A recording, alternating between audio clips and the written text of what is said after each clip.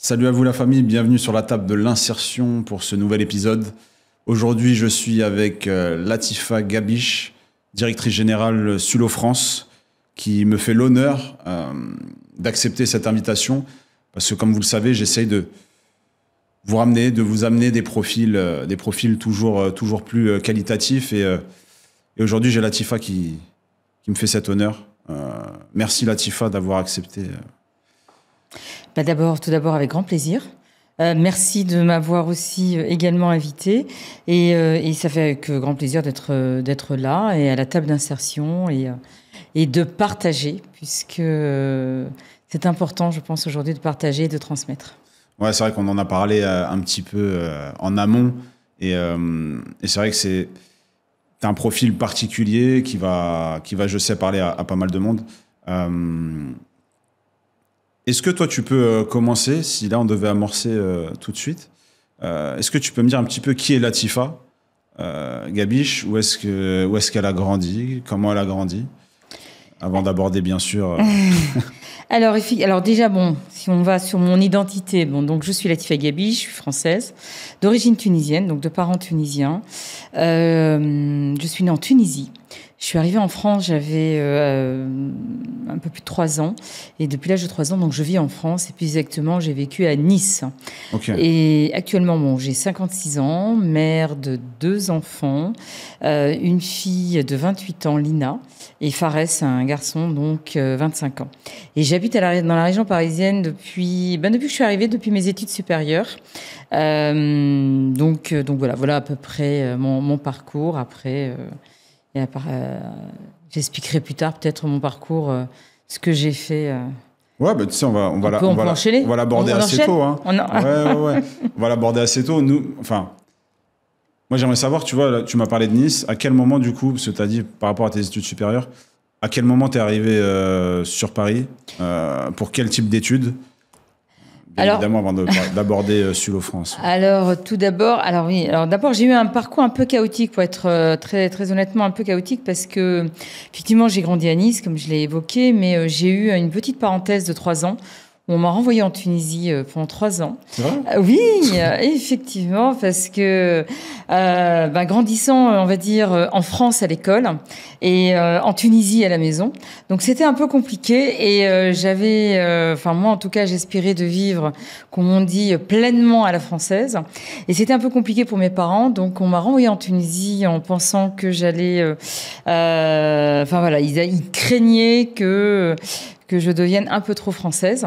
Et du coup, je suis allée en Tunisie. J'ai été dans une école française. Et comme ça s'est très, très bien passé en Tunisie, j'ai passé 3 ans un peu compliqués parce que je suis passée dans pas mal de familles, on va dire des familles que mes parents m'avaient un petit peu casées. Et puis, au bout d'1 an et demi, alors 1 an et demi dans les familles tunisiennes, ensuite, ma dernière 1 an et demi, ma première et terminale, un truc incroyable, c'est que j'ai été vivre chez des Français. Incroyable, hein, en Tunisie. En Tunisie. C'était pas voulu de base pour les parents. C'était pas du tout voulu de base. Donc au départ, c'était mes parents qui m'avaient choisi pas mal de familles. Ouais. À la fin, j'ai fini par choisir moi-même. Je l'ai choisi, je l'ai imposé à mes parents.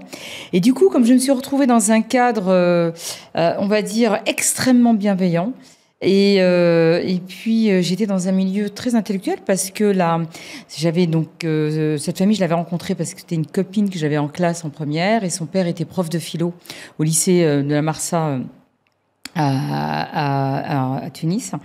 Et donc j'étais tellement bien dans ma première terminale que j'ai été pour la première fois de ma vie, enfin en tout cas j'étais plutôt une bonne élève, mais pas excellente élève, plutôt une bonne élève avant. Mais là, en première et terminale, j'étais première de ma classe. Du coup, ça m'a permis de rentrer, de faire une classe préparatoire HEC. Et qui, au départ, n'était pas une décision de ma part, parce que je voulais, moi, au début, absolument faire des études courtes pour aller vite travailler, pour aller vite être dépendante. Et je voulais absolument rejoindre la France. Et donc, en ayant postulé pour un BTS de compta à l'époque. Et comme j'avais un très bon dossier, on m'a proposé la prépa et tout le monde m'a dit « Mais si, il faut y aller, c'est vraiment très bien, c'est génial, tu verras. » Et donc, voilà. Et je me suis retrouvée à Nice en prépa. Et j'ai fait donc une prépa HEC de 2 ans, très difficile parce qu'il fallait rattraper un niveau scientifique et tout ce qui va derrière. Et là, je découvre un processus d'école de commerce, toute une complexité derrière. Je découvre parce que de ma famille et de manière générale, je ne savais pas du tout dans quel monde, où je mettais les pieds, quoi. Je ne savais pas du tout ce que c'était. Et je découvre que c'est aussi des études payantes. Que je ne savais vraiment pas. Ouais, on te vend l'école non payante pour... L'école de commerce, toutes les écoles de commerce étaient payantes. Donc, j'ai découvert tout ça, plus les concours. Il fallait payer les concours également. Il y avait tout ça. Donc, c'était pas du tout prévu au programme. Donc, très vite, quand j'ai eu mon bac et je suis revenue à Nice chez mes parents, j'ai travaillé tout de suite, commencé à mettre de l'argent un peu de côté. Et très vite, le naturel est revenu au galop. Je voulais avoir une vie un peu à la française. Donc, mes parents m'ont demandé de choisir. C'était soit vivre selon leurs règles ou selon mes règles. Alors, comme j'ai choisi de vivre selon mes règles, et je voulais une liberté. Donc, j'ai décidé de prendre mes affaires sous le sac et de partir et de quitter la maison. Et après, j'ai fait mon petit parcours et j'ai eu une école à Paris. Et je voulais être très loin de la famille et vouloir vivre, on va dire... oui, avoir... je dirais pas avoir une carrière, mais vraiment m'élancer dans la vie, découvrir, apprendre des choses. J'étais quand même plutôt rêveuse, hein. J'y croyais beaucoup. Et me voilà à Paris, je suis arrivée en 90, École supérieure de commerce, le SDE. J'ai fait 3 ans, j'ai été diplômée en 93, spécialisée en finance. Ok. Et après, T'avais quel âge quand t'as débarqué sur Paris? Donc je suis arrivée en 90, donc je vais avoir 22 ans. 22 ans à peu près, 21, 22 ans. Donc 22, tu fais tes affaires? Exactement. Tu dis à plus tard à tes parents, avec 800 km de... Et je gère de front, alors de payer mes études et de travailler. C'était combien les études? À l'époque, c'était des francs. Excusez, je suis un peu. Ouais, mais je suis un peu plus vieille. Donc, non, mais c'est intéressant de voir que... À l'époque, c'était 30 000 francs. L'année d'école de commerce, c'était 30 000 francs. Et donc, j'avais les 2 années de prépa. Comme la prépa n'était pas payante, j'avais pu économiser, mettre un peu d'argent de côté. Mais après, une fois dans l'école, il fallait aussi que je paye mon studio, il fallait aussi que je mange, il fallait que je fasse tout ça. C'était un petit peu compliqué. 30 000 francs, c'était quoi, 4 500 €? À peu près. À peu près. Et on parle de ça exactement dans les années 90 jusqu'en 93. Ouais. Et donc, ça a été compliqué. C'était pas simple parce que c'était pas facile. Il fallait aller en cours. Fallait que je fasse je pouvais pas faire de choix parce que si je ne travaillais pas, je pouvais pas aller en cours, mes études, et si j'arrêtais mes études, je sentais que je pouvais faire plus et que j'avais envie vraiment d'avoir un métier qui m'intéressait, qui me plaisait. Donc voilà, j'ai mené ça de front et pendant 5 ans d'affilée, les 2 ans de prépa plus mes 3 ans d'école, 5 ans, j'ai travaillé 365 jours de l'année parce que quand j'étudiais, je travaillais en horaire partiel et quand il y avait les vacances scolaires, je travaillais à plein temps. Ouais. Et l'idée étant, fallait que je travaille tout le temps pendant 5 ans pour pouvoir assumer tout ça. Sans prêt bancaire, sans... Alors, à la fin, ma dernière année, je tenais plus. J'ai dû prendre un petit peu un prêt bancaire. La dernière année. Là où tout se joue. Donc, mais sinon, j'ai fait 2 ans et quelques plus tous les concours et tout ça. Oui, je les ai payés par la sueur de mes heures de ménage. Ou de restauration aussi. J'ai fait la plonge, j'ai fait de service. Beaucoup travaillé en restaurant japonais, donc dans la restauration japonaise. J'ai également été femme de chambre dans l'hôtellerie. Donc voilà, j'ai fait pas mal de petits boulots. Mais bon, tout ça, ça a permis de forger, on s'en souvient. Pardon ? On s'en souvient quand on accède à d'autres statuts, on sait d'où on vient. Ouais. Bien sûr qu'on s'en souvient parce que on apprend la résilience aussi. Il y a des fois, on se dit, je vais craquer, je vais pas y arriver. Et puis, il y a aussi, on arrive en cours, ça peut paraître bizarre, mais les anecdotes, j'avais les mains qui avaient l'odeur de la javel, quoi. C'était pas agréable. Donc, voilà, où tout le monde discutait qu'ils allaient sortir, qu'ils allaient faire la fête. Vous savez, la vie étudiante. Et que, moi, non, fallait que j'aille au restaurant, fallait que j'aille travailler, fallait que je fasse autrement. C'était un peu compliqué. Tu faisais du coup la journée, quand tu disais en partiel, et c'était quelle heure les... Ça dépend. Si jobs j'avais cours à alimentaires, 14h, si j'avais cours de 14h à 18h, je pouvais avoir 3 heures de ménage le matin, par exemple. Ok, ouais. Chez les particuliers. Voilà, je gérais tout, j'ai géré un peu tout ça, mais voilà, j'étais très déterminée de vouloir d'avoir un métier qui me plaise, de gagner ma vie surtout, parce que c'était ça en fin de compte. Mon driver, c'était ça. Je voulais absolument gagner correctement ma vie, parce que j'avais retenu une chose importante de la part de mon père. Qui m'avait dit, au moment où c'était un peu conflit, à l'âge de l'adolescence, j'avais à peu près 16 ans, et que je voulais sortir, et que je voulais faire la fête, et que je voulais tout ça. Le moment où tu voulais vivre à la française, c'est exactement, ça exactement. C'était dans les années 85, 86, voilà, dans ces années-là. Et mon père m'a dit, écoute, tu pourras tout faire, mais pour cela, il faut que tu gagnes ta vie. Ouais. Le jour où tu gagneras ta vie, quoi que tu feras, quoi que tu fasses, personne ne te dira rien. Et donc, c'est quelque chose qui est resté en moi, qui était le prix de ma liberté. Ouais. Et donc, et ça a été mon moteur, tout le temps. Ouais, parce que si j'essaie de traduire ces paroles, c'est soit indépendante. Exactement. Ouais. Exactement. Pour prendre tes propres décisions, ou tes propres choix, ou autre. Enfin, donc, exactement. La liberté. La liberté de décider. Et c'est surtout, ne pas dépendre de quelqu'un et d'avoir... C'était aussi une forme d'orgueil également aussi. Il y avait la notion de liberté et la notion également d'orgueil. Ah, mais c'est fort aussi que ça vienne du papa. Oui, alors après, j'étais sa première fille aussi. Donc, il a eu d'abord une fille, après une deuxième fille, après un garçon. Bon, je suis au sein d'une fratrie. Alors, pour mon père, de 5 enfants.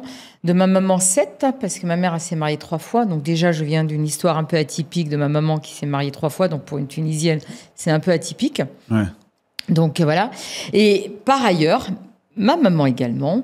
a accordé beaucoup d'importance aussi à la notion d'indépendance économique pour une femme, puisque elle-même, ayant vécu 2 divorces en Tunisie et ayant vécu, on va dire, les candidatons de sa ville, de là où elle était, de la famille et tout ce qui s'ensuit. Donc, ça a été quelque chose qui a été dur pour elle. Et donc, depuis enfant ou toute petite, je l'entendais toujours me dire va loin, sois indépendante, sois autonome, pour que les gens disent que tu es quelqu'un de bien. Enfin, voilà, Et le fait aussi de gagner sa vie, on va dire, honnêtement et par la sueur de son front, c'est une forme de fierté, une forme aussi même on peut dire d'ascension sociale aussi, une forme d'acquérir les choses par soi-même et de ne rien attendre des autres. Donc j'avais un père d'un côté par rapport à la notion de liberté et de vouloir vivre la vie qu'on souhaite, et une mère par rapport à avoir vécu en tant que femme en Tunisie, de femme divorcée et avoir fait des métiers difficiles pour nourrir ses deux premiers enfants. Donc, l'association des deux ont ancré chez moi une force et une résilience et une détermination, entre autres. Il y a une question qui me vient, mais j'ai l'impression aussi que tu as répondu en partie. C'était qui tes modèles à cet âge-là, avant les 25 ans là? Avant mes 25 ans, franchement, mes modèles ont été tout d'abord... alors, d'un point de vue force, détermination et résilience, ma grand-mère et ma mère. Parce que, alors je t'ai dit, ma mère, elle a divorcé 2 fois. Mon père étant son 3e mari. Et ma grand-mère également, qui a eu 3 mariages. Okay. Et que ma grand-mère, à l'âge de 40 ans, s'est retrouvée veuve, divorcée, et a dû élever 8 filles dans les années 50 en Tunisie et tout ça. Incroyable. En plus, quand j'étais enfant, j'ai été opérée, parce que j'ai aussi, au passage, un petit handicap, un léger handicap d'audition au niveau de l'oreille. Et donc, j'avais été hospitalisée pendant 2 mois. Et ma grand-mère, qui est née en France, elle s'occupait de moi et elle était extrêmement bienveillante. Et donc, je l'ai vue beaucoup déterminée, une sorte de droiture et tout ça. Donc, oui, fort déterminée. Inspirant, ma grand-mère et ma mère.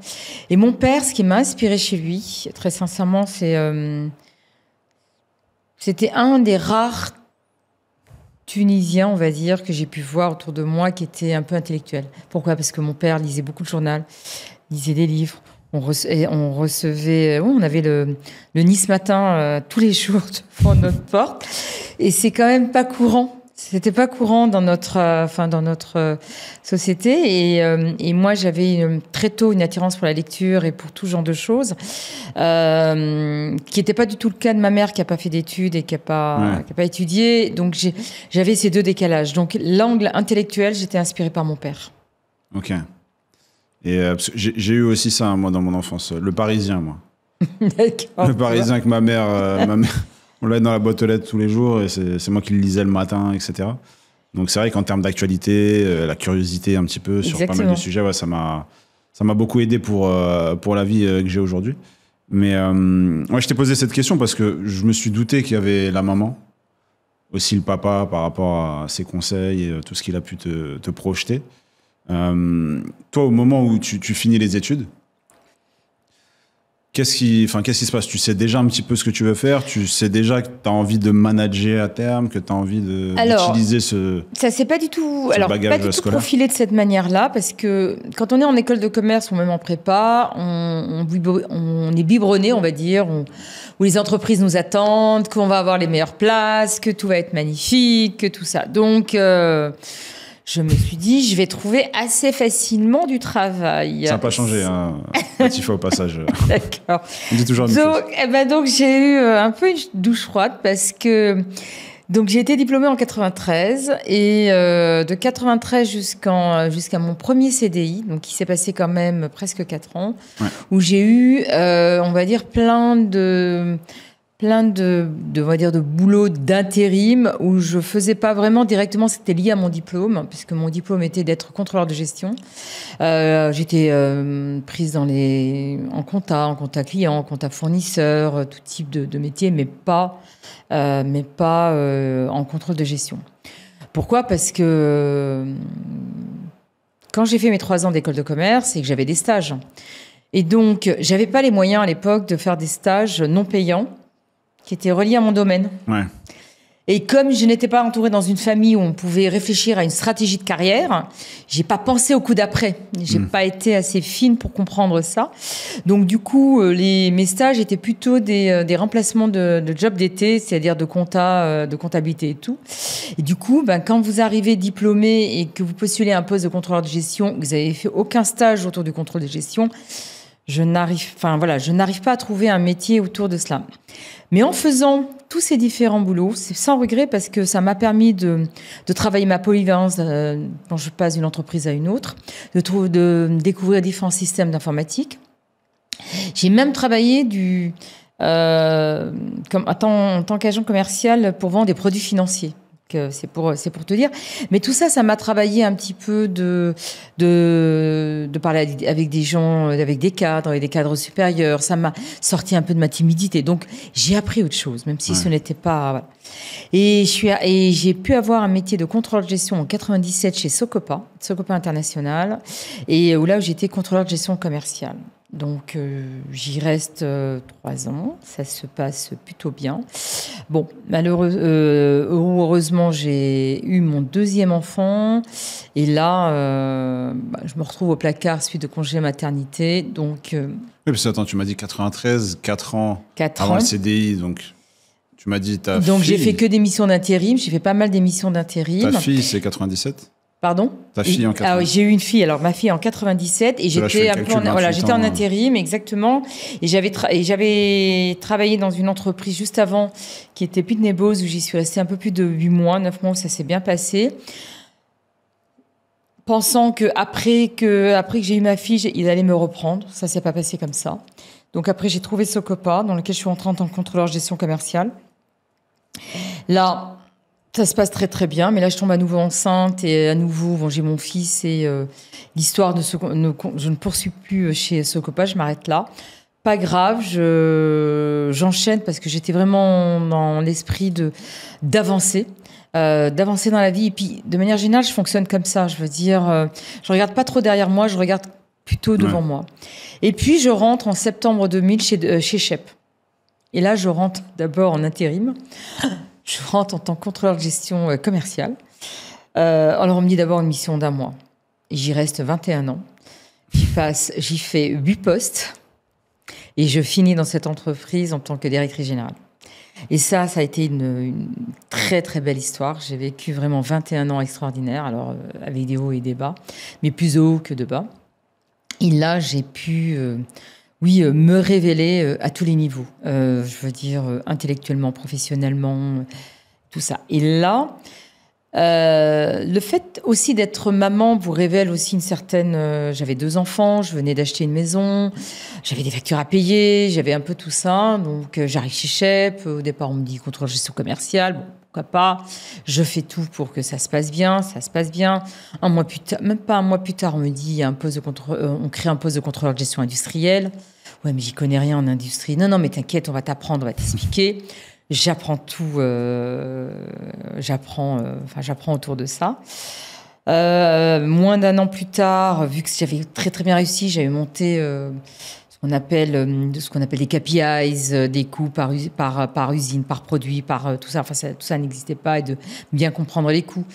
On me donne le contrôle de gestion de la partie transport, donc je progresse à nouveau.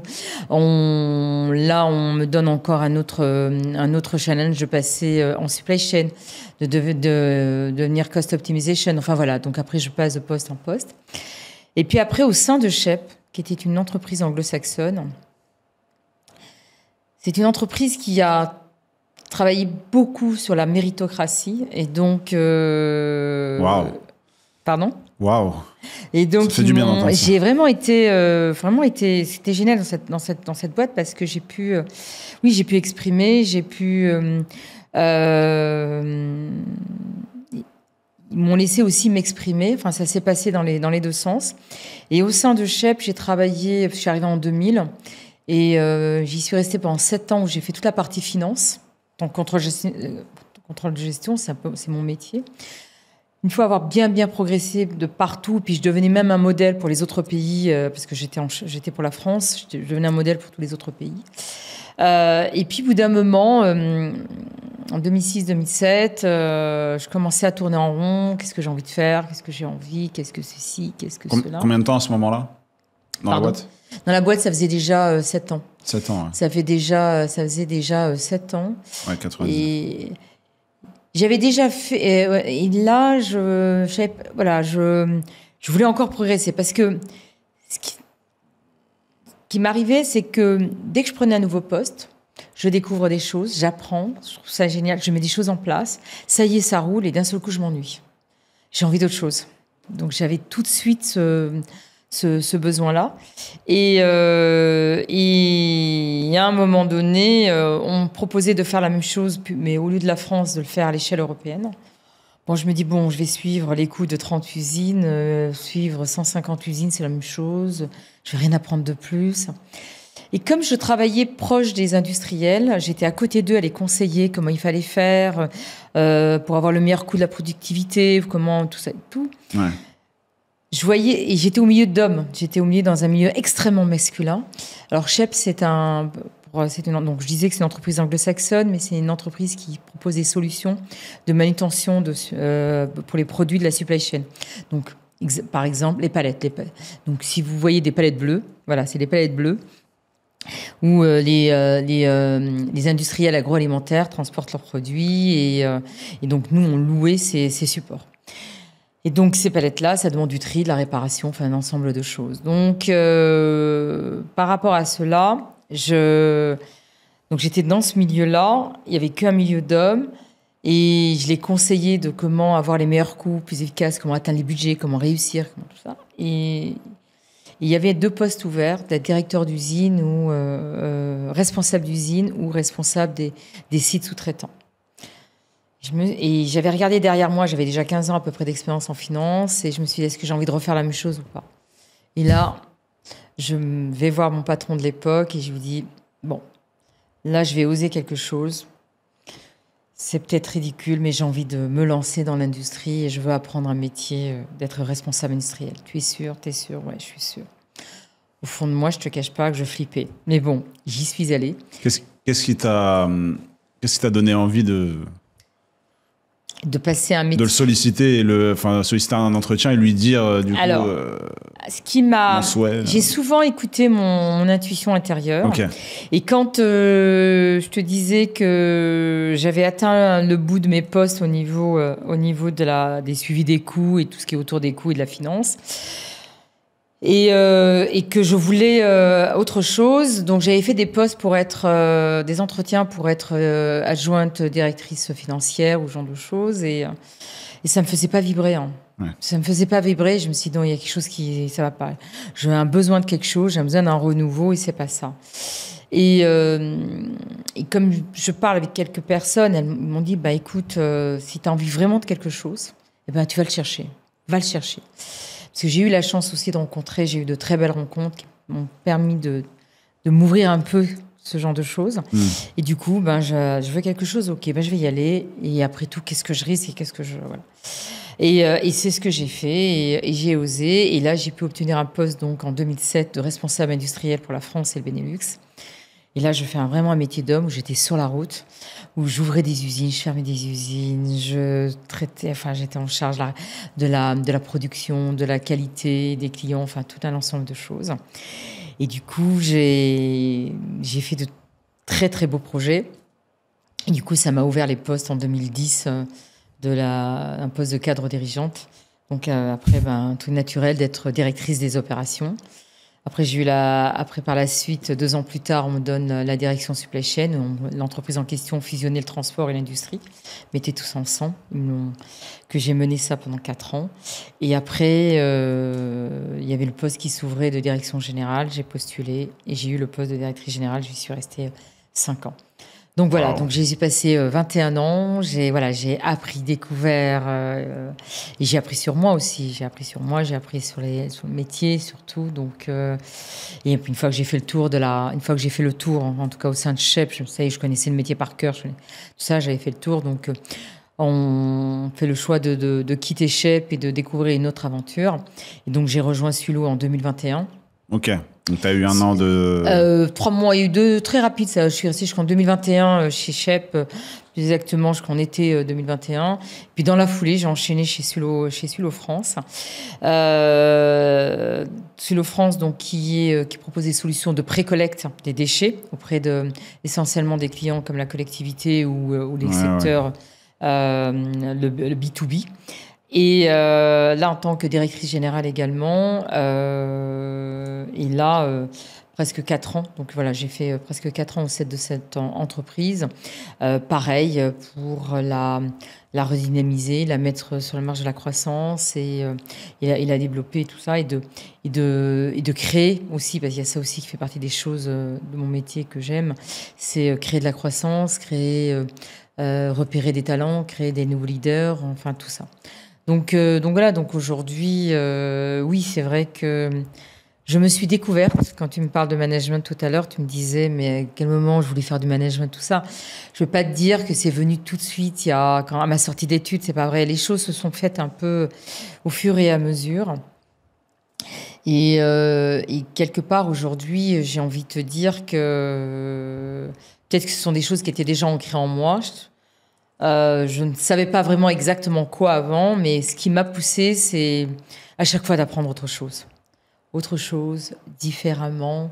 Et quand tu arrivais pour manager pour 4 personnes, après quand tu bascules à 10, à 20, à 30,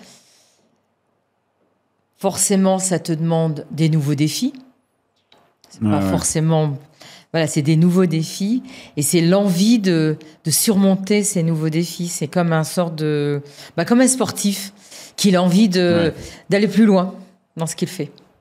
Cela, on pourrait dire aujourd'hui que avec ces 2 postes, t'as encore de l'ambition. Ah oui, et comment? Oui, parce que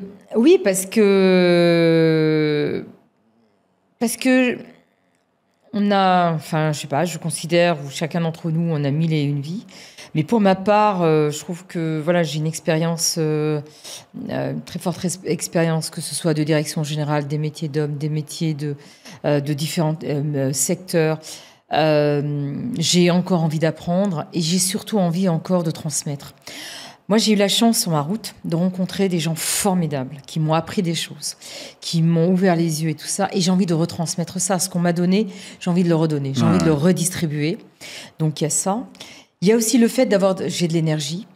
Je pense que tu le sens que je suis quelqu'un de passionné. Oui, oui. J'aime ce que je fais. Et si je peux contribuer à mon échelle à un monde meilleur et de partager ma vision, c'est-à-dire ma vision, et c'est quelque chose dont je crois, c'est vraiment profond de mes tripes. Il y a l'équilibre tripier. Le tripier en entreprise, c'est les talents, les collaborateurs, les équipes, les personnes, l'humain, les clients et les actionnaire. Et ça, c'est le parfait tripier. Ça paraît être un langage marketing. Non. Les trois, ce tripier ne peut pas fonctionner qu'à deux. Il ne peut pas fonctionner qu'ensemble. Ouais. Et trouver systématiquement et chercher à trouver l'équilibre des trois, certes, c'est pas simple, mais c'est aussi passionnant de le trouver. Et de le trouver de façon durable, efficace, tout en pérennisant. Moi, je trouve ça passionnant et j'ai pu, en tout cas aujourd'hui, démontrer que je sais le faire, j'aime le faire. Et c'est aussi vivre des aventures humaines. Parce que, vous savez, enfin, ce que Arthur, c'est que, certes, on gagne notre vie, on apprend des choses et tout ça. Et au bout d'un moment aussi, ce qui nous intéresse, c'est se dire, OK, qu'est-ce qu'on a laissé, qu'est-ce qu'on a construit, qu'est-ce qu'on a contribué à quoi. Ouais. Et donc, tout ce que je pourrais faire et à contribuer pour réunir, pour transmettre, pour partager, j'ai de l'énergie, je le fais. Voilà.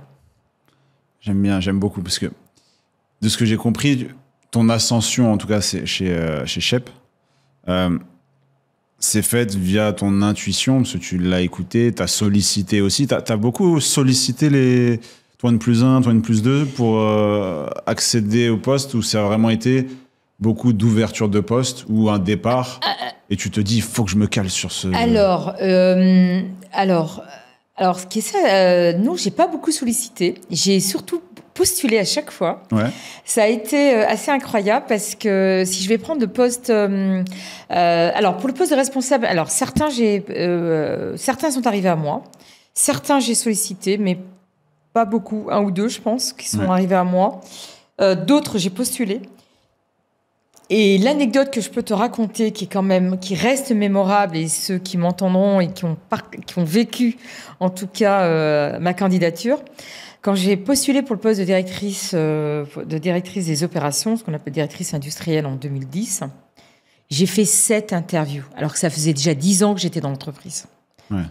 7 interviews, j'avais fait. Un truc de dingue. Et à un moment donné, comme c'est une entreprise donc anglo-saxonne, et quand j'avais fait mon interview en anglais, j'avais fait en français, j'avais fait en anglais, et en anglais c'était pas complètement parfait. Et donc celui qui était à l'époque DRH en groupe disait non, elle parle pas assez anglais, c'est pas possible. Et donc j'avais quelqu'un dans l'organisation qui était un Français à très haut niveau qui avait dit mais attendez, mais c'est pas de ça qu'on a besoin. On a besoin d'une patronne sur un site. On a besoin de quelqu'un qui dirige la France, qui comprenne comment la France fonctionne. Et c'est de ça qu'on a besoin. Et l'anglais, vous inquiétez pas pour elle, elle apprendra et tout ça. Donc tout ça pour dire que il n'y a pas eu, rien n'est arrivé comme ça. Et il a fallu que je fasse des candidatures, il a fallu que des gens fassent des paris sur moi, me croient en moi également, que sachent lire un peu plus loin dans ce qu'ils pouvaient voir en première lecture. C'est tout ça.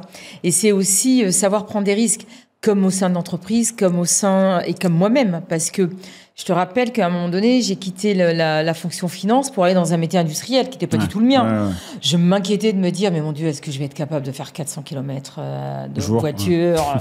Est-ce que je vais arriver sur un lieu ? Je vais dire, attendez, le terrain, il fait combien là ? Il fait 3000 m², 4000 m². Est-ce que je vais ça ? Alors, j'étais pas du tout ingénieur, je savais même pas lire un plan technique. Je ne savais pas faire tout ça.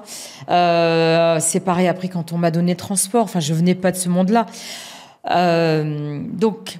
En même temps, Shep, parier une forme de diversité, du fait qu'ils ont vu que j'étais capable à chaque fois d'apprendre des nouveaux sujets, des nouveaux métiers, tout ça. Donc, ils ont vu ce qu'ils appelaient chez eux en anglais l'agilité intellectuelle, l'agilité d'apprendre, l'agilité de savoir. Et puis moi, la volonté aussi d'écouter. Parce que on n'apprend pas sans écouter, on n'apprend pas sans être un peu humble aussi. Ouais. Je n'arrivais pas quelque part en me disant, attendez, je connais tout sur le transport, je connais tout sur l'industrie, pas du tout. J'arrivais, je m'appuyais sur mes autres sujets de force, à savoir tout ce qui était forcément chiffres, tout ce qui était coûts, chiffres, effectivement, c'était mon dada. Ouais. J'étais à l'aise là-dedans. J'étais à l'aise. Après, tout ce qui était autour de les autres sujets qui étaient plus techniques, je m'appuyais sur des experts. Et là, il y a une question qui me vient. Comment toi, quelle position on a et quel type de management on a quand on doit accompagner du coup des collaborateurs en dessous et au-dessus, on a les actionnaires à qui on doit plaire sur le plan financier. Comment on gère quand on est DG ? Alors, comment on gère ? On revient toujours sur l'exercice de l'équilibre. Ouais. Donc, ce qui est un exercice, on va dire, on jongle. Mais au-delà qu'on jongle, c'est pas la parfaite façon de le faire, à mon sens.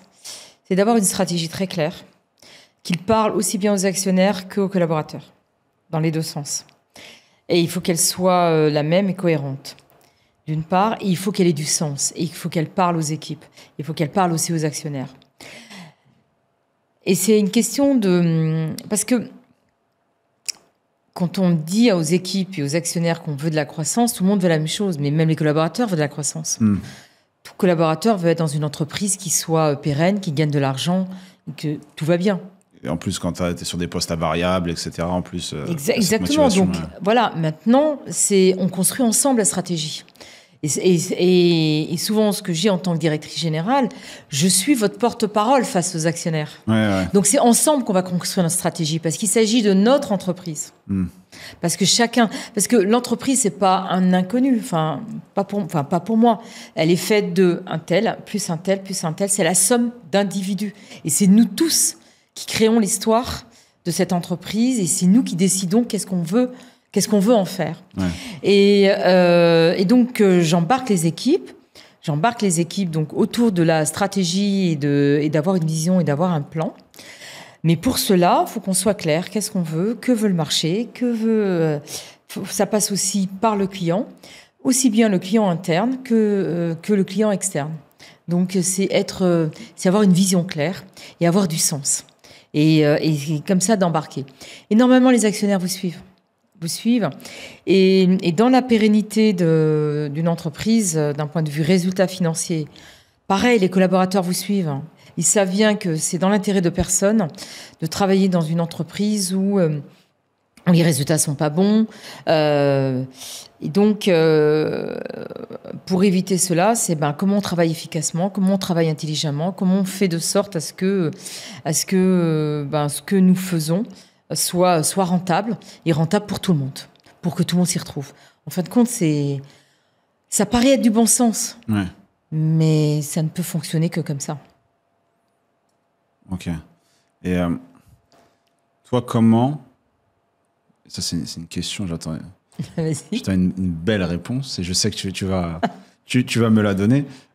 Toi, comment... Enfin, est-ce que tu as été consciente que pour les personnes, tu vois, issues de l'immigration, il y a un certain plafond de verre. Et quand je dis plafond de verre, je parle en termes de faits, bien évidemment. Je ne suis pas en train de dire que on doit penser à ce plafond de verre en tant qu'individu, mais autour de nous, c'est vrai qu'on n'a pas masse d'exemples. Et c'est aussi pour ça que l'idée de t'avoir sur le podcast était pour moi fabuleuse. C'est que tu coches énormément de choses. Et tu en as parlé aussi. Tu coches les cases d'inclusion, de la diversité et du handicap. Parce que tu l'as dit en début d'épisode aussi que... j'ai une petite surdité, exactement. Et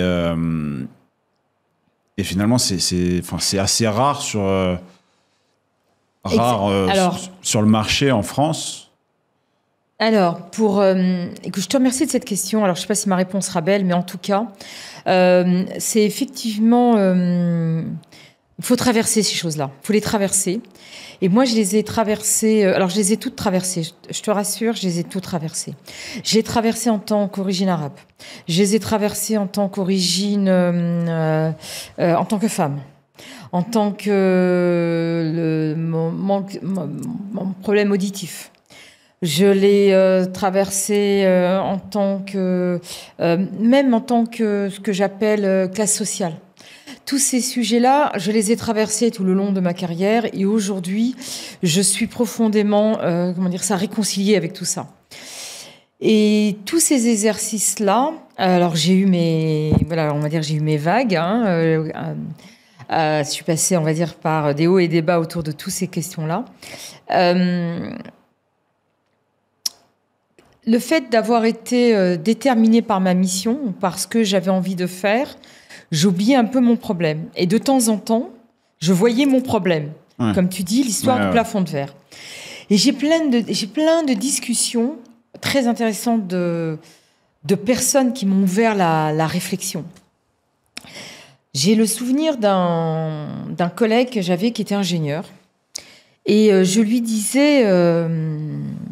j'étais à l'époque en finance, puisque je te disais, j'aidais beaucoup tous les directeurs industriels et tout ça à atteindre leurs résultats et tout.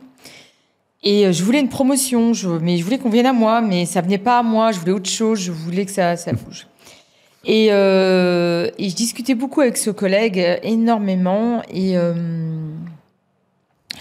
je lui disais, oui, on ne m'écoute pas. Ouais, j'ai le sentiment qu'on ne m'écoute pas parce que je suis une femme, parce que je ne suis pas ingénieure. J'ai l'impression d'être prise au sérieux. Enfin, je disais ça. Hein, j'étais comment dire ça. Je râlais dans mon petit coin comme ça. Et ce gars-là m'a répondu, ce collègue-là, que je salue au passage, qui s'appelle Jérôme. Et donc, qui m'a dit, mais écoute, Latifa, très sincèrement, si toi, tu penses ça, il me dit, je ne partage pas ton point de vue. Tu n'es en train, là, que de décrire de quelque chose dont tu n'en sais rien. Ce que tu dis là, c'est vrai ou pas.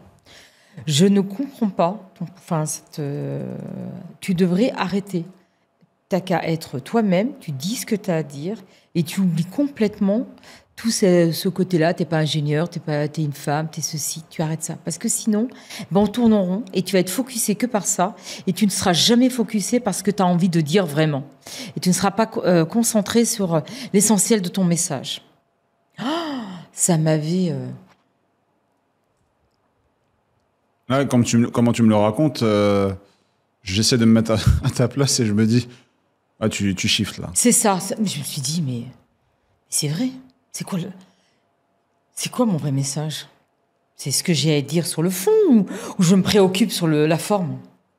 Oui, c'est comment reprocher aux gens de penser ça de toi si toi-même tu le penses pour toi. Exactement.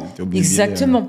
Alors, j'ai appris plus tard, bien plus tard, parce que grâce à mes différentes fonctions, particulièrement fonctions de direction générale, où j'ai eu des coachs professionnels et tout ça qui m'ont accompagnée, bien sûr, après j'ai appris... On rejette son miroir, enfin, on rejette ses peurs, ses décroyances. On a tous des fausses croyances et on les entretient, etc. Je l'ai appris avec le temps, tout ça. J'avais une autre personne alors là, ça aussi, une autre douche froide que j'avais eue beaucoup plus tard. J'étais à ce moment-là directrice supply et je lui disais, mais non, mais moi, c'est pas possible. J'étais dans un comité de direction et je disais oui, j'ai le sentiment que j'ai pas ma place parce que je suis pas du même milieu social. Et puis en plus, on est toujours en train de me reprocher que j'ai pas livré le camion au bon moment. Ceci, la qualité, tout ça. Enfin voilà, je vivais mon stress de métier et tout. Et puis parce que voilà, et on me dit ça parce que ceci, parce que cela, parce que ceci, parce que cela. Ce mentor-là qui était senior vice-président du groupe de chefs, donc il y avait un sacré poste, que je salue toujours au passage, Christophe. Il me dit, écoute Latifa, en résumé, si je comprends rien, tu as tous les défauts de la Terre. t'es arabe, t'es une femme, t'es handicapée, ok, t'es viens pas d'un milieu social. Dit, oh, c'est dommage, il te manque, t'es pas homosexuel, c'est dommage. Il me dit, Latifa, il me dit, ça suffit. Il me dit que ça suffit. Il me dit, tu sais, imagine-toi, dans une image, tu es toute nue et tu n'as que 2 mains pour te protéger, pour te courir. C'est pas possible, c'est difficile. Bon, donc, lâche. Fais ce que tu as à faire. Concentre-toi sur ta mission. Et tous ces sujets-là sont pas importants. Laisse tomber. Et effectivement, en restant concentré sur ces sujets, uniquement sur ces sujets, sur sa mission, sur ce qu'on avait envie de faire, eh ben on oublie. On oublie qu'on est une femme, on oublie qu'on est d'origine arabe, on oublie qu'on a un problème de surdité, on oublie tout ça. Et quand on oublie, et qu'à la fin vous le partagez auprès des collaborateurs ou des gens, tout ça, ah bon, on s'en est pas rendu compte, ah bon, en fin de compte, vous réalisez que vous avez que des fausses croyances soi-même. Et après, ben, vous apprenez qu'avec le temps, que nous avons tous des croyances et que 70% d'entre elles sont fausses. 70%. Donc une fois qu'on intègre tout ça avec le temps, eh ben, ça va beaucoup mieux. Et le fait que ça va beaucoup mieux, eh ben, du coup, vous faites votre métier de manière beaucoup plus efficace. Vous êtes beaucoup plus efficace. Quand j'étais chez Shep, on travaillait beaucoup sur la diversité et l'inclusion. Et un jour, ils savaient mon problème de surdité. Et ils m'ont dit, Latifa, c'était mon dernier truc qu'il fallait que je fasse sauter en termes de barrage et de l'assumer pleinement. Et je m'étais dit, et j'avais du mal, c'était le dernier truc que je n'osais pas dire, parce que je ne voulais pas qu'on me regarde différemment ou autrement. Quelle année ça ? Je l'ai fait en 2019. Ok. Donc, tu vois, c'est pas si vieux que ça. Ouais. Et on continue à progresser avec le temps. Et on a encore toujours des choses à vouloir progresser. Et donc, on est venu me voir et on m'a dit, Latifa, écoute, ça serait bien que tu fasses un témoignage parce que, bon, voilà, que par rapport à l'handicap et pour dire que l'un n'empêche pas l'autre. Et donc, voilà, et on vit avec. En plus, moi, dans mon cas, je l'ai depuis l'âge de 6 ans. J'ai pu faire des études. J'ai pu travailler. J'ai pu faire une carrière. J'ai pu plein de choses. Et j'ai réalisé... Quand j'ai fait ce témoignage-là, eh ben, ça a créé chez moi un soulagement. J'ai pu à m'inquiéter de le dire, pu à me préoccuper du regard sur moi.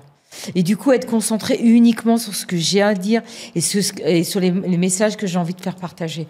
Et ça change la donne. Ça change complètement la donne. Et quand je rentre quelque part dans une réunion, qu'elle soit... une réunion de travail, et que je précise, excusez-moi, vous pouvez parler fort, là, c'est pas très clair pour moi, vous pouvez ceci ou cela. Ou alors, je me positionne dans une pièce pour être plus à l'aise par rapport à ce petit handicap. Ça change la vie. Et du coup, je peux faire mon travail sereinement. Et c'est ce que... Et j'encourage... vraiment, j'encourage tout le monde d'être... de laisser... Bien sûr, c'est pas facile. Il faut traverser ça parce qu'on a nos croyances, on a notre histoire, on a notre vécu. On a aussi des moments pas agréables aussi. Mais en fin de compte, le lâcher prise le lâcher prise et sortir de nos peurs et de nos croyances nous permet d'être beaucoup plus efficaces. Et aussi autre chose, d'écouter plus facilement, non, d'écouter mieux les feedbacks quand vous êtes au travail. On est constamment comme un sportif pour nous améliorer. Qu'est-ce qu'on a fait de bien aujourd'hui? Qu'est-ce qu'on a fait moins bien? Et qu'est-ce qu'on doit améliorer pour demain et après-demain? Et du coup, quand celui qui vous fait du feedback en face et qui vous dit qu'il faudrait t'améliorer là ou là, si toi t'entends, c'est parce que je suis arabe, il m'a dit ça, ceci, ça, t'écoutes pas le fond du message. Et c'est dommage, tu progresses pas. Et ça ne sert à rien. Il faut se concentrer sur le message, sur le fond. Et c'est ça qui va te faire progresser, etc., etc. Et du coup, quand tu vas progresser, tu vas gagner confiance en toi et tu vas oublier tout cet angle-là. Surtout quand après, il y a les promotions et qu'on sent qu'on est en train d'évoluer. Parce qu'en entreprise, qu'est-ce qu'on a envie? On a envie d'un collaborateur efficace, très sincèrement. C'est ça qui nous intéresse. Ouais. Et ça se voit de plus en plus. Et on devient de plus en plus d'entreprises veulent de la méritocratie, de plus en plus ces entreprises veulent des talents, de plus en plus de développer Oui, de développer des talents, que les gens se sentent engagés, d'avoir le meilleur des personnes, indépendamment d'où ils viennent, et d'utiliser la richesse de tout le monde, quoi. C'est encore un gros sujet. Hein. Alors, c'est encore un gros sujet. La méritocratie, je parle. Oui, bien sûr, parce qu'il y a des entreprises plus avancées que d'autres un peu moins, c'est vrai. Ouais. Mais avec la nouvelle génération qui arrive, qui ont des attentes qui sont quand même différentes. Donc voilà, nous devons chercher les talents, et pour cela, on doit passer par la diversité, on ne peut pas faire autrement. Ouais. Donc, et c'est une richesse. Encore faut-il que les entreprises soient toutes alignées avec ce terme. Mais une bonne majorité le sont, de plus en plus. J'espère. De plus en plus. Moi, je peux le dire que quand, en 2000, j'étais embauchée chez Shep, et j'étais la deuxième cadre d'origine arabe embauchée. Aujourd'hui, quand je vois le pourcentage, ça peut rien avoir. Il est beaucoup plus important que ce que je voyais à mon époque. Donc les choses ont progressé. Il y a de l'évolution, oui. Elles ont progressé. Je dis pas le contraire. Elles ont complètement progressé. Et puis, moi, je suis quelqu'un qui regarde ce qui marche. Bien sûr qu'il y a encore des choses qui ne marchent pas très bien. C'est vrai. Ouais. Je ne dis pas le contraire. Et je suis pas en train de dire que tout est beau et tout est rose. Mais regardons ce qui marche. Et là, pour le coup, ayant travaillé 21 ans chez les Anglo-Saxons, regardons ce qui est positif plutôt que regarder le côté latin uniquement, ce qui ne marche pas, quoi. Ouais. Oui, il y aura toujours des choses qui ne marcheront pas, et on est là pour les surpasser, pour les surmonter. Latifa, en arrivant sur cette fin de podcast, cette fin d'épisode, j'ai envie d'aborder un sujet avec toi. Oui. Parce que le parcours que tu as, on l'entend souvent pour un homme. Toi, en tant que femme, t'as su, malgré en plus ton rôle de mère en parallèle, parce que on en parle beaucoup post-Covid, du rôle de la mère, du père, qui a changé, totalement changé par rapport à ce qu'on peut avoir avec parents, grands-parents et les anciennes générations. Mais la place de la femme, elle est compliquée encore à faire grossir dans les entreprises et permettre du coup aux femmes d'accéder au même poste que les hommes. On le voit, plus on monte, plus la parité homme-femme commence à s'amenuire. Donc, j'ai bien compris que toi, tu as eu une posture de conquête, où conquête, curiosité, humain au centre de la stratégie qui n'en était même pas une finalement. Parce que t'appréciais le travail et tu voulais découvrir de nouvelles fonctions, de nouveaux domaines au sein de l'entreprise. Mais qu'est-ce que tu dirais, toi, aux femmes qui ont de l'ambition, et même celles qui n'en ont pas, parce qu'il y en a, on a tous un peu d'ambition cachée. Complètement. Il y a toujours un tiroir là, au fond des tripes et du cœur qui n'attend qu'à être ouvert. Qu'est-ce que tu dirais, toi, à toutes ces femmes qui, quel que soit l'âge, se disent des fois j'aimerais écouter mon intuition, mais j'ai peur. Alors, pour avancer. Alors déjà, dans tout ce que tu évoques, tu as deux questions quand même. Tu as deux questions. Il y a, c'est vrai que ça n'a pas été simple de mener les deux sujets de front, carrière et vie de maman. La charge mentale, s'assurer à tous les niveaux. C'est vrai que ce n'était pas un exercice très simple, voire même profondément difficile. Et encore plus il y a 30 ans ou il y a 25 ans en arrière. Aujourd'hui, c'est beaucoup mieux. Je dis c'est beaucoup mieux parce que la société change. Et les papas changent, les hommes changent aussi par rapport à la relation et dans l'éducation des enfants et tout ça. Ouais. Les papas aujourd'hui veulent être beaucoup plus présents aussi à la maison, beaucoup plus tout ça. Donc moi je trouve ça génial.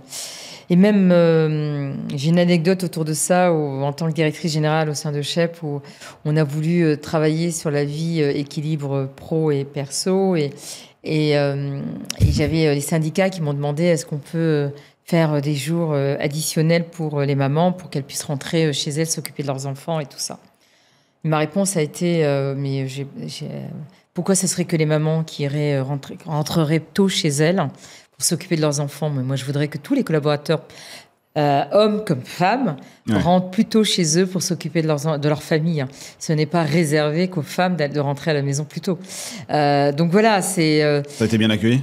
Ça a été très bien accueilli, ils l'ont très bien compris. Donc moi, mon focus en entreprise, c'est surtout d'aménager le temps pour tous les collaborateurs, parce qu'on a tous le besoin de passer du temps avec sa famille, et encore une fois, aussi bien les papas que les mamans. Donc j'insiste à ce niveau-là. Et aujourd'hui, c'est moins, comment dire ça, bizarre quand... quelqu'un va dire j'ai besoin de partir tôt, ça rentre un peu plus dans les mœurs que ça ne le rentrait à mon époque où j'osais pas le dire, ou j'osais pas dire je peux pas venir, mon enfant est malade ou quelque chose comme ça. Il y a 25 ans, j'étais dans ces peurs-là, je voulais pas je craignais, donc je ne le faisais pas. Aujourd'hui, c'est un peu plus ouvert, même s'il reste encore à faire. Je le reconnais, Arthur, il y a encore beaucoup de choses à faire, mais ça progresse sérieusement, ça progresse. Maintenant, qu'est-ce que je veux dire aux femmes et à tous, les hommes pareil, mais on va dire pour les femmes surtout. On a, de manière générale, les unes et les autres, c'est vrai que par l'éducation, par d'où on vient, par tout ça, on travaille beaucoup plus la confiance en soi chez les garçons que chez les filles, beaucoup moins chez les filles. Et donc, moi, déjà la première chose, c'est que à toutes les femmes, c'est ayez confiance en vous. Vous avez énormément de potentiel. Vous devez vous écouter et vous devez vous épanouir. La première des choses, pour moi, c'est ça. Ça, c'est la base. C'est très important. Maintenant, si vous avez envie d'avoir une carrière et une vie de famille, c'est possible de faire les deux. C'est pas une question de choisir. Faut pas choisir. On peut très bien mener les deux. Et aujourd'hui, on voit de plus en plus de femmes qui mènent les deux et beaucoup plus jeunes que moi et qui le mènent plutôt très bien. Alors, c'est pas forcément très facile, mais c'est de l'organisation dans un couple. Ça s'organise. Je vois de plus en plus, en tout cas moi, d'hommes, même cadres dirigeants, qui s'organisent autour de leur éducation de leurs enfants. Et je le prends très bien. Moi, j'ai le souvenir un jour, lors d'un recrutement d'un cadre qui me dit, écoutez, c'était un poste à déplacement, je lui disais que c'est un poste à déplacement, est-ce qu'il en était conscient et tout. Il me dit oui, mais il me dit, mais par contre, est-ce que ça vous gêne que je puisse me déplacer qu'une semaine sur deux parce que j'ai la garde alternée? J'ai dit, mais moi, ça me pose aucun problème. L'essentiel, c'est, on le sait, ça s'organise, ça se planifie. Et en fin de compte, tout ça, ça s'organise et se planifie. Et travailler dans l'urgence, travailler ce qu'on appelle last minute, tout ça, c'est jamais aussi bon et efficace. Ouais. Donc, c'est valable pour les hommes comme pour les femmes. Donc, voilà. Donc, pour moi, le message, c'est les femmes, croyez en vous. Autorisez-vous tout. Tout est possible. Aujourd'hui, quand il y a une annonce, un homme, même s'il a que 70% des critères ou 60% des critères seulement, il va postuler quand même. La femme va attendre d'avoir 95% des critères pour postuler. Donc et c'est plutôt là qu'il faut qu'on travaille. On travaille sur la confiance des femmes, de les encourager, de les pousser. Et puis, oser, quoi. Oser. Voilà mon message, c'est oser. N'ayez pas peur. Ça va le faire. Moi, par exemple, un des petites choses que j'ai, c'est... moi, j'ai dû travailler peut-être 150, 180%, peut-être 200%. Aujourd'hui, avec du recul, avec du temps, je dirais que j'aurais fait que 120 ou 130, ça aurait été très bien aussi. Ouais. J'en ai fait peut-être un peu trop. Mais j'en ai fait un peu trop parce que j'avais peur. Peur que c'est pas assez. Peur de... Mais en fin de compte... Cette peur, il n'y avait que moi qui l'avais, la peur. C'était peur en tant que femme? Peur en tant que femme. Peur, ouais. Donc c'est pour ça que quand je dis aux femmes, n'ayez pas peur, osez. Et n'ayez vraiment pas peur, vous en êtes largement capable. Parce qu'on apporte autre chose, on est une complémentarité dans le style de management, dans la vision des affaires, dans la façon de faire les choses. Et quand on veut le meilleur de quelque chose, eh ben, l'intelligence collective, elle se fait comment? Elle se fait par différents parcours, différentes personnalités, par le genre, par tout ça, pour avoir la meilleure idée. Donc, non, on a tous un rôle à jouer. Et donc, moi, mon message, osez, n'ayez pas peur. Osez. Et quand vous entendez un message qui peut paraître pas agréable envers les femmes ou quelque chose comme ça, dites-vous que ça vous concerne pas, vous. C'est pas du tout dédié à vous. Bah, écoute, c'est pour de l'énergie négative qui, à mon sens, fait pas avancer les choses. Ouais. Maintenant, quand on a envie d'avancer et d'aller de l'avant, pour chacun d'entre nous, la vie, c'est un chemin, je pense, de bonnes choses et de moins bonnes choses. Mais les moins bonnes choses nous servent à apprendre, même les bonnes choses nous servent à apprendre également. La vie est un éternel apprentissage. Et puis, je pense qu'on est tous attirés par la lumière et par ce qui est beau, et par ce qui nous fait plaisir et par ce qui nous inspire. Les choses qui nous plaisent moins, bon, je pense qu'il faut les laisser sur les côtés. Et elles nous aident. Pour moi, elles sont là pour nous aider, pour nous dire c'est pas ça que je veux. Moi, j'ai envie de belles choses et c'est comme ça qu'on fait notre chemin, quoi. Et tu vas aller chercher. Merci à toi, Latifa. Bah écoute, un grand merci à toi également, Arthur. Merci beaucoup. Ce fut un plaisir. 1 heure. Et très honnêtement, j'ai appris beaucoup de choses. Donc, j'espère aussi que de ce côté-là, on en a appris davantage. Merci à vous en tout cas. Vous savez ce que vous devez faire aussi, hein, nous suivre sur les réseaux sociaux, Instagram, TikTok, YouTube, LinkedIn aussi. Hein, c'est vrai que j'en parle pas assez de LinkedIn, mais je suis assez présent. Latifa Gabish également. Donc merci à toi Latifa de t'être déplacée et d'avoir accepté mon invitation. C'est un plaisir et je vous dis à très vite la famille.